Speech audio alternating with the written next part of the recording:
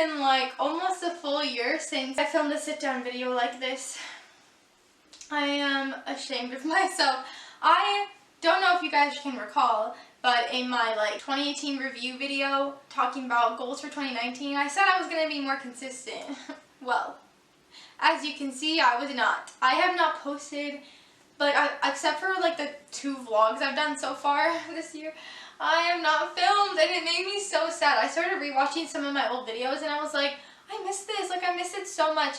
Something happened in the beginning of the year, and it just made me not want to film. It's really petty, so I'm not even going to talk about it. Anyway, I just did not want to film, and then I got super busy. My schedule for work has always been all over the place, so on days off, I usually am doing other things than filming, and my roommates and I's schedule don't really match up, so I don't know her schedule, and I don't really like filming when she's here.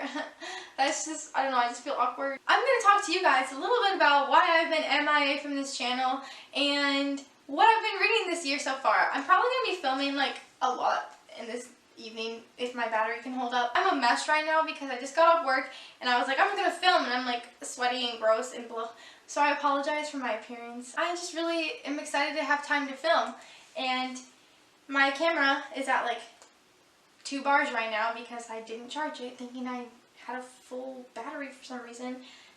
So we'll see how this goes. Anyway, I'm excited to be back. I'm not gonna say I'm gonna be more consistent because that never works for me.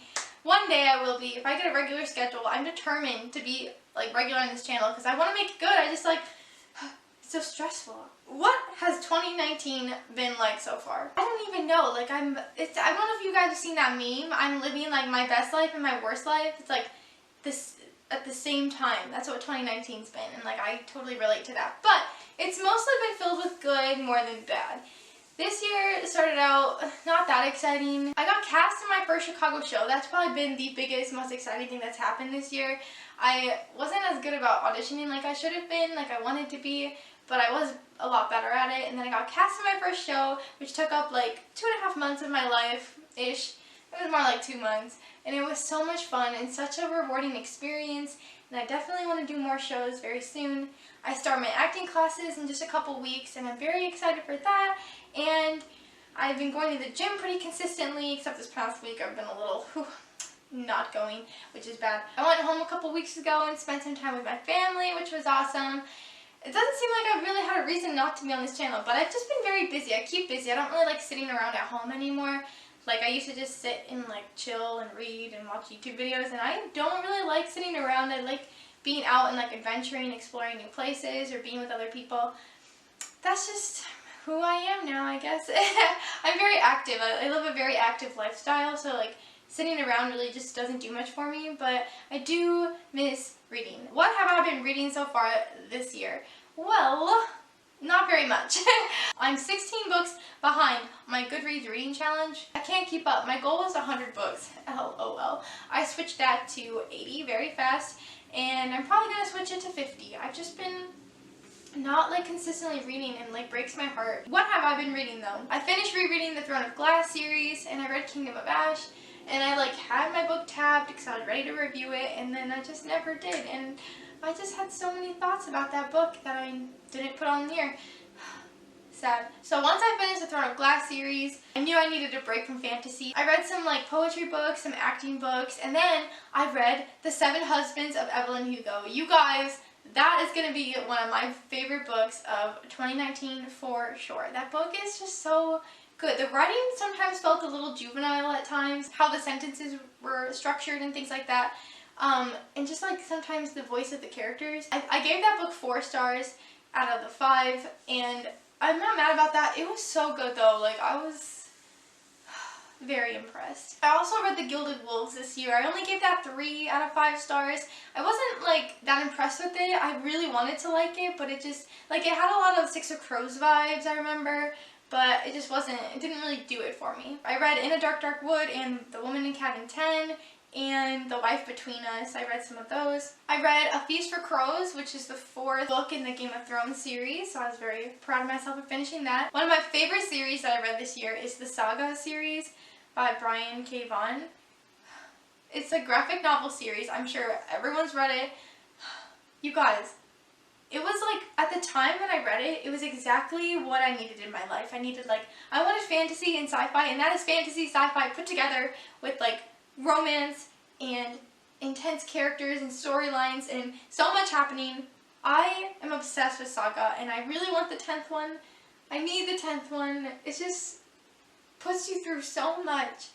So many emotions and so many terrible and wonderful things happen in that series.